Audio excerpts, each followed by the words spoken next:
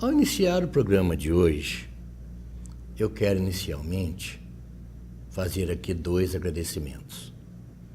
O primeiro deles vai para a cidade de Botelhos, onde o vigilante, o Arnaldo, sempre acompanhando nosso programa lá. Muito obrigado. Quero também agradecer aqui o pessoal da UPA, Unidade de Pronto Atendimento. Para vocês terem uma ideia, um aparentado meu esteve internado lá essa semana e recebeu um tratamento maravilhoso, carinhoso. A atenção que foi dada ao meu familiar realmente é digno de reconhecimento público. Mas o reconhecimento público vai para os médicos, para os enfermeiros, para os funcionários da UPA. Sempre tem alguém que quer criticar alguma coisa, mas não acho justo, não. O atendimento lá realmente é uma coisa de primeiro mundo. Ao pessoal da UPA, então, que Deus os abençoe com os agradecimentos de minha família. Hoje estamos aí sem a presença da ilustre doutora Patrícia Silva, que por razões particulares não pôde comparecer, mas estará de volta na próxima semana. Tenho recebido muitas perguntas. O meu celular hoje se torna uma agenda. E justamente resolvi no programa de hoje prestar alguns esclarecimentos. O mais presente, o mais recorrente sobre a prisão preventiva. Nossa, que confusão que gera a prisão preventiva. Já falamos dela aqui com a doutora Patrícia em outro programa, mas vamos repetir o assunto para você. A prisão preventiva, ela não tem prazo de validade. Vocês se recordam que eu aqui já contei 2 casos que se tornam famosos no Brasil. O primeiro foi o do goleiro Bruno, que ficou preso 3 anos aguardando julgamento em razão de uma prisão preventiva. Tivemos um caso aqui em Poços de Caldas também, de um fato acontecido no posto Gasparzinho, em que eu não atuei no processo, mas fui procurado pelos pais do acusado, porque ele se encontrava preso há 3 anos, aguardando um recurso do Ministério Público, nem era da Defesa. E eu entrei com habeas corpus, então, no tribunal, dizendo que não tinha sentido isso. E o Tribunal de Justiça, neste caso meu, concedeu o habeas corpus depois de 3 anos numa prisão preventiva. E só interrompeu em razão do habeas corpus. Mas, você vai me perguntar, existe caso aí de 4, 5 anos? Temos. Nós temos situação no Brasil hoje que se o réu for condenado, e preste bem atenção nisso, se ele for condenado, a pena dele é menor do que o tempo que ele já está preso. Vou dar um exemplo para vocês.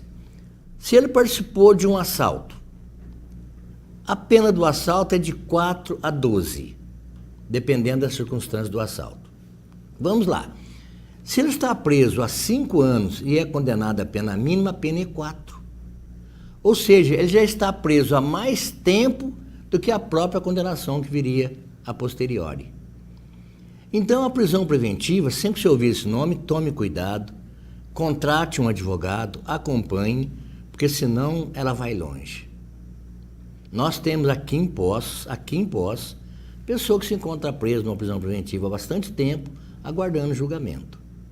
Então, a prisão preventiva, ela não tem prazo para encerrar, mas deve procurar o encerramento através de pedido de liberdade provisória, de fiança, se couber, ou se não, de habeas corpus, em Belo Horizonte, no Tribunal de Justiça, ou no STJ em Brasília, ou até no STF. Nós temos um caso aqui em Poços de Caldas, de um tráfico de drogas, que quem concedeu o habeas corpus foi o Supremo Tribunal Federal, no despacho do ministro Marco Aurélio Mello.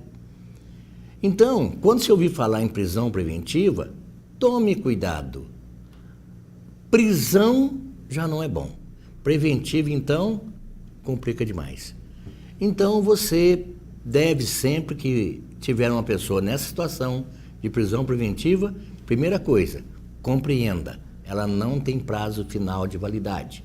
Segundo, deve ser atacada de todas as formas através dos pedidos que falei. Fiança, liberdade provisória ou até mesmo que as medidas cautelares, substituir a prisão preventiva por medidas cautelares na forma de prisão domiciliar, por exemplo.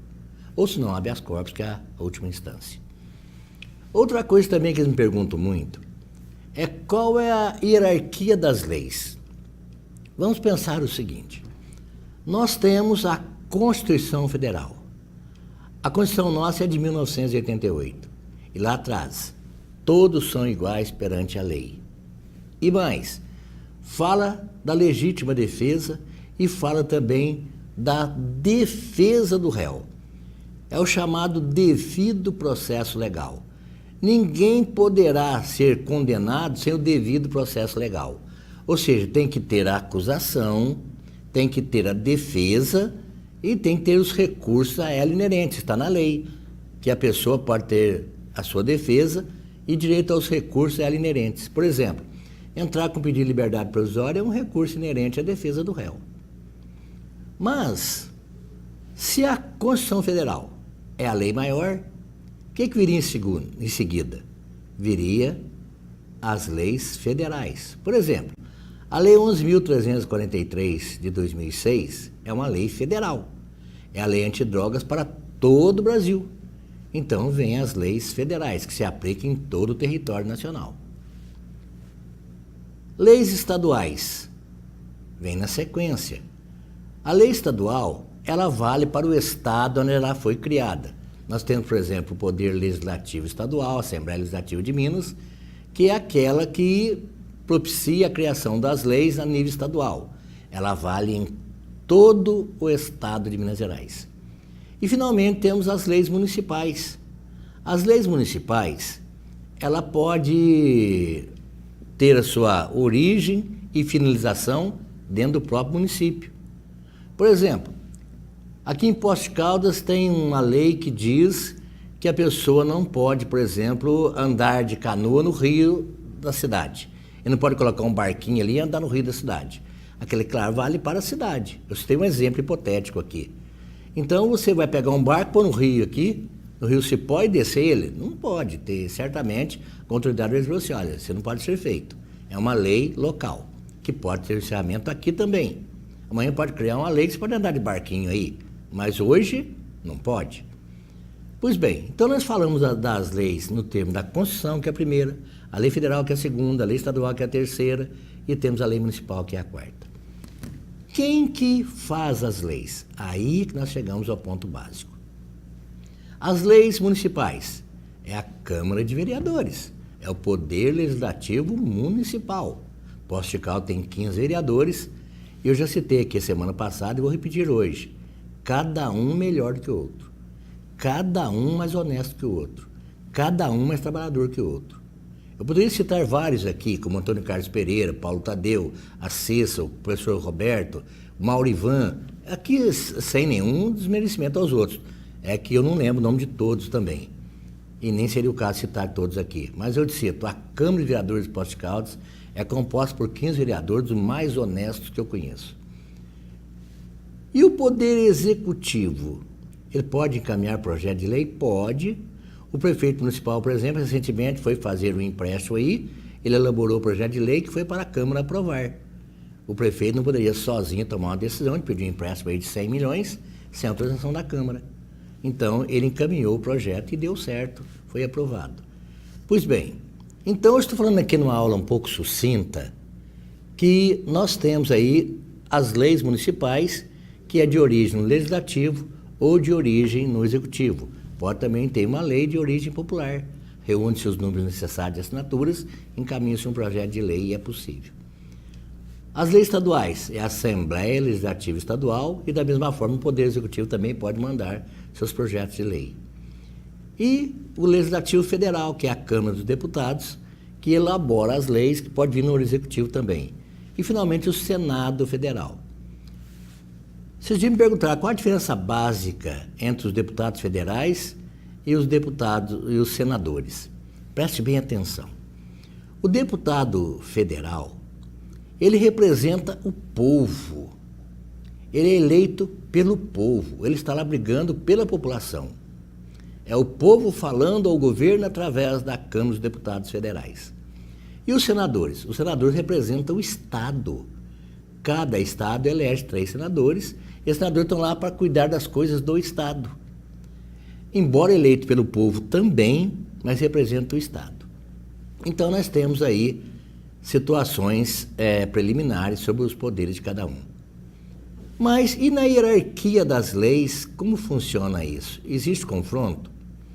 Olha, se existir confronto, alguma coisa está errada. Vou dar um exemplo para vocês. Uma lei municipal não pode transgredir, ofender ou ultrapassar uma lei estadual. Ao elaborar uma lei municipal, a Comissão de Constituição e Justiça da Câmara de Vereadores vai verificar se aquela lei ali não ofende uma lei estadual, não ofende uma lei federal ou não ofende uma Constituição Federal. Se ofender, está fora. Já não pode ser aprovada.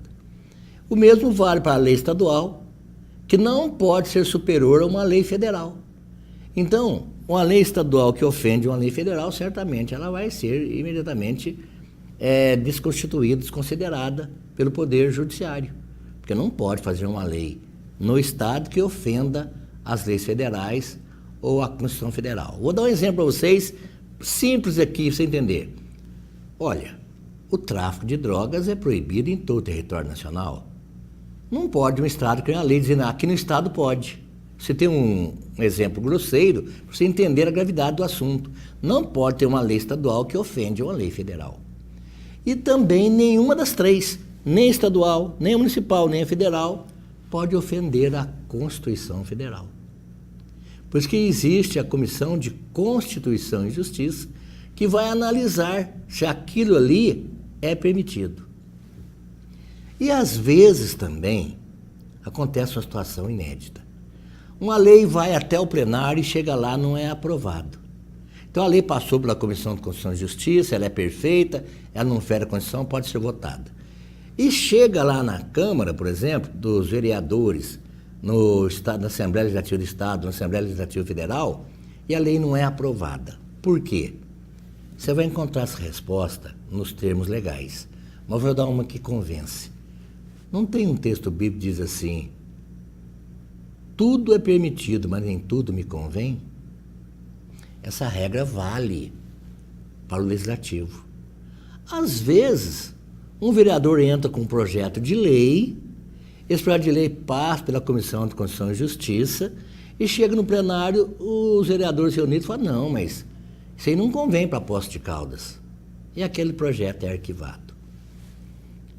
Recebi também um pedido, e está até aqui no meu celular, que a pessoa pergunta, a Normalice Moreira pergunta o seguinte: e a hierarquia entre os juízes? Ah, boa pergunta, Normalice. Boa pergunta.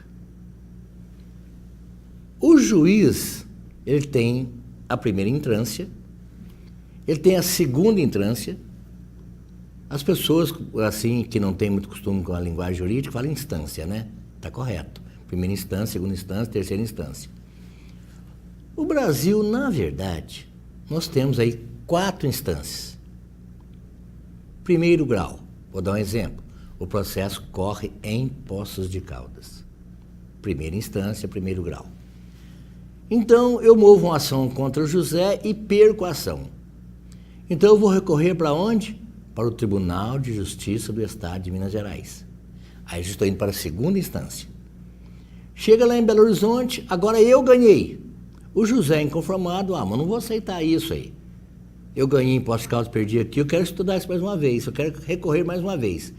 Ele recorre para o Superior Tribunal de Justiça, o STJ. O STJ é a terceira instância, é a nossa, inclusive a nossa instância maior, desde que não adentre a matéria de interesse relevante à nação, aí pode chegar ao Supremo. Então, geralmente é Poços, Belo Horizonte e Brasília no STJ, o Superior Tribunal de Justiça. Mas qual é a matéria que pode chegar ao Supremo? É a matéria de repercussão geral. É uma matéria que pode envolver direito coletivo, pode envolver o chamado direito difuso. Então, às vezes é uma matéria que chega ao Supremo para dar uma decisão a nível nacional.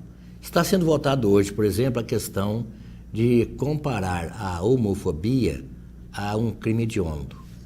Eu sou totalmente a favor. Eu sou a favor. Se eu fosse ministro supremo, votaria a favor. Eu acho que o mundo nós vivemos hoje não cabe certas coisas mais. Não cabe.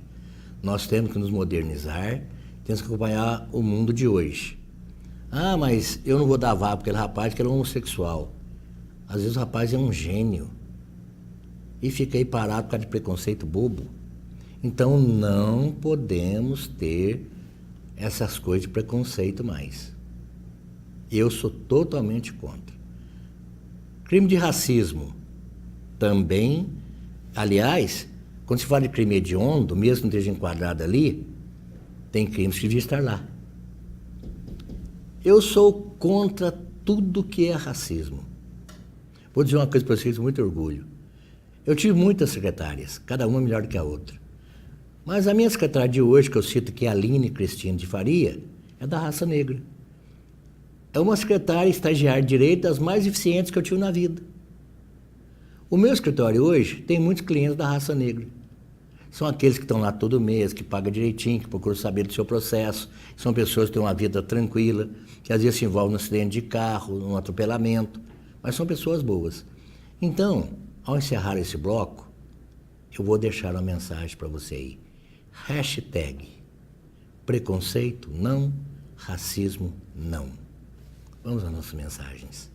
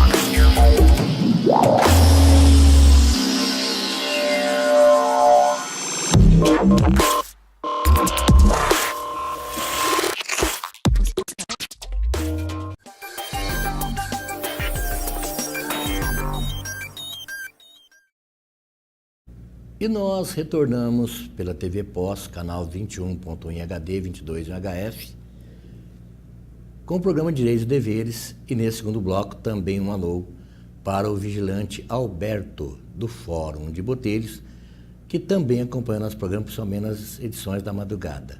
Alberto, você é um exemplo a ser seguido, homem de bem, homem responsável, atende a todos com muito carinho lá na portaria de Botelhos do Fórum. Obrigado, Alberto, que Deus o abençoe.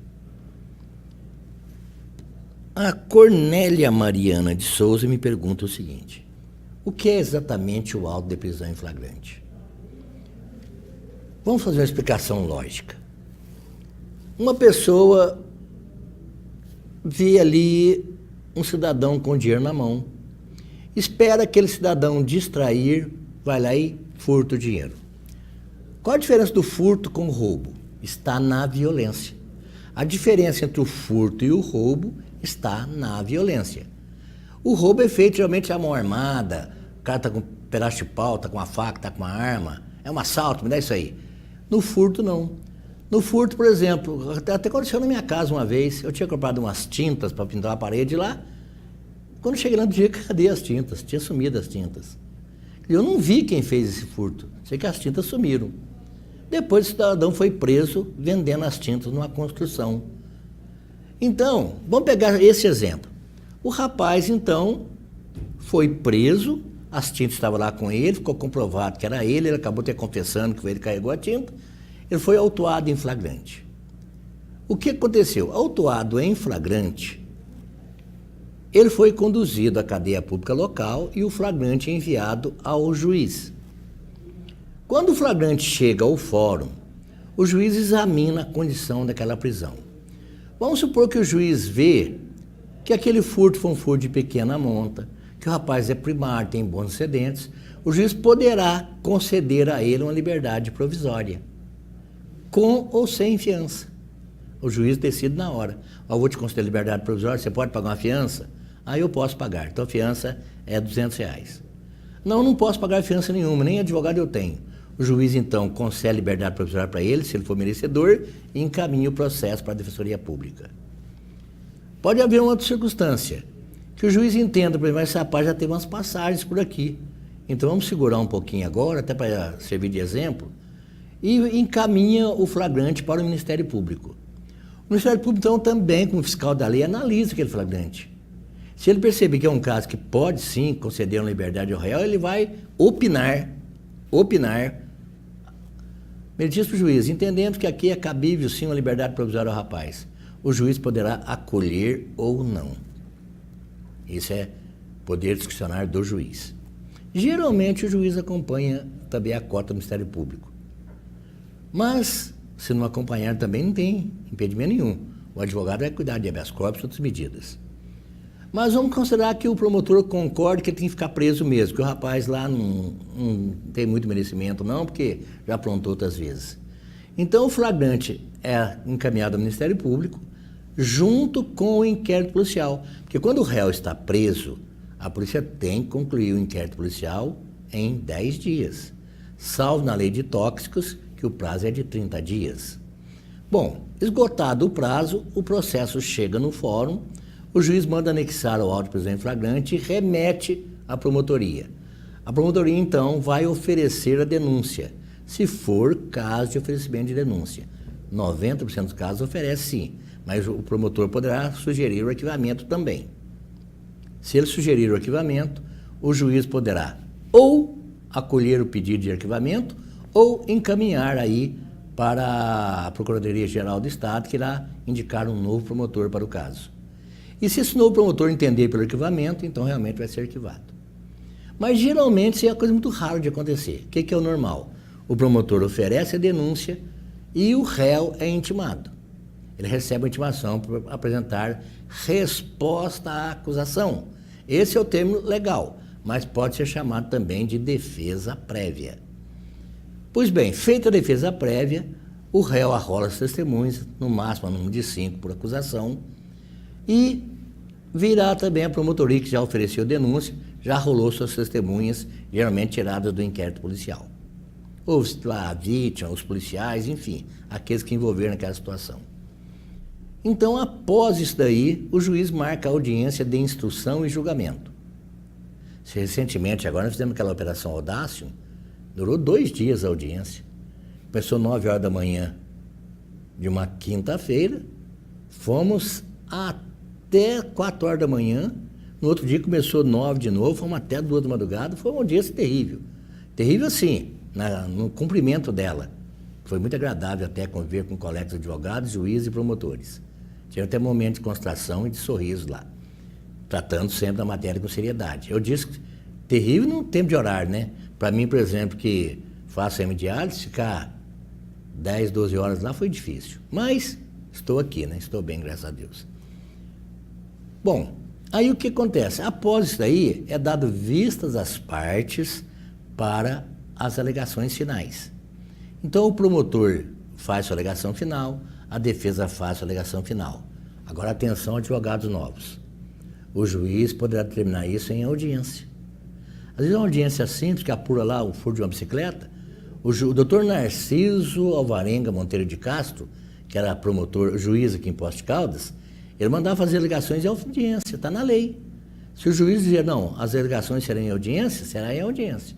Mas o juiz ele é ponderado, a complexidade da causa que faz com que ele tome a decisão dele na hora. O doutor Malmo, por exemplo, José Henrique Malmo, quero citar aqui também, um dos melhores juízes que conheci na minha vida, é um ótimo juiz e ele é ponderado. Nessa da Audácia, por exemplo, ele imediatamente deixou que as partes apresentassem seus memoriais, porque muitos réus, muitas testemunhas, cerca de quase 30 horas de gravação, então tem que ser analisado com cuidado. Mas estou contando para vocês as nuances que tem. Pode ser em audiência e pode ser num prazo de memorial. Depois vem a sentença. A sentença termina o processo na primeira instância. Termina o processo aqui na primeira instância. Ou primeira entrância, aqueles que preferirem. Aí José foi absolvido e João foi condenado. O promotor fala, olha, eu não concordo com a absolvição dada ao José, eu vou recorrer. Vem o recurso do Ministério Público. Mas o advogado do João, que foi condenado, diz, mas não concordei com a condenação do João, vou recorrer também. Uma vez formalizados os recursos com razões e contra-razões das partes, sobe-se ao Tribunal de Justiça de Minas Gerais. Aí inicia a segunda instância, ou segunda entrância. E ali vai haver um novo julgamento da causa, por desembargadores. Se aqui são juízes, lá são desembargadores. E se for a Brasília? Ministros. Ministro do STJ, ministro do Supremo Tribunal Federal. Então, nós falamos aqui de 3 situações de julgamento. Primeira instância, segunda instância, terceira instância. Isto é hoje a situação processual. Encerrando o bloco de hoje, eu quero deixar bem claro a vocês que o Poder Judiciário atua com o Ministério Público, que é o titular da ação penal. O delegado de polícia, a autoridade policial elabora o inquérito com prisão ou sem prisão, encaminha para o fórum. Quem dá a partida na ação penal é o Ministério Público, que também atua como fiscal da lei. Em Poços de Caldas, por exemplo, nós temos promotores aqui de renomada qualidade profissional. Vou dar um exemplo. Dr. Glaucir Antunes Modesto, doutora Daniela Trevisan, doutora Gabriela, poderia citar todos aqui, doutor José Roberto Bustamante, cada um melhor do que o outro. E eles são fiscais da lei. Se eles percebem que alguma coisa está errada, eles vão em cima. Vou dar um exemplo, o meio ambiente. Não vai destruindo beira de rio, mudando curso de rio, construindo em beira de rio, que o Ministério Público vai atuar sobre você. Além de uma multa muito grande que você vai levar, vai ter que desmanchar a casa que você fez na beira do rio. Recentemente, aqui em Poços de Caldas, numa brilhante atuação do Dr. Glaucir Antunes Modesto, houve uma multa para o cidadão aqui de R$100 mil e desmanchar a casa na beira do rio. Além da multa, desmanchou a casa. Veja você a seriedade se você criar problema em beira de rio. Tome cuidado. O rio é protegido, a mata é protegida. Eu tenho uma propriedade numa área que é de preservação permanente. E sabe o que acontece? Eu vou lá e cuido da beira do rio todo dia. Ali não se joga lixo, ali não deixa... Olha, na minha propriedade, por exemplo, não é permitido nem pescar. Por quê? Porque a pessoa vai lá com a intenção de pescar e começa a destruir tudo que está em volta. Então, não estou falando mal de pescador não, gente, não me interprete mal, por favor. Eu estou dizendo que na minha propriedade, eu sempre evito de permitir pescaria lá, pensando na preservação do meio ambiente, que você deve fazer o mesmo aí. Não corte a mata, não deixe cortar a árvore. Às vezes a pessoa vai pescar, então na época da Piracema, quando os peixes sobem os rios, né? E a pessoa vai lá pegar lambarizinho, que não tem nem tamanho, não pode. Então hoje eu estou fazendo uma aula aqui, digo assim, até tipo autoral, porque eu vivo cada uma das situações que eu falei aqui hoje. Qualquer dúvida, só você me escrever, Vanderlei de Melo, 1952, @gmail.com. Ou pode mandar aqui para a TV Pocos também, tá ok? Vê lá TV Pocos, você vai achar lá. Aliás, na parte da TV Pocos tem um Facebook muito bom também, você pode mandar encaminhar para ali se quiser. Vou repetir o meu, Vanderlei de Melo, 1952, @gmail.com.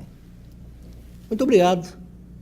Foi uma participação para mim muito honrosa, no qual eu pude me dirigir a você, esclarecendo as dúvidas do telespectador de TV Pós, que é a pessoa mais importante nesse contexto. A TV Pós é excelência em informação.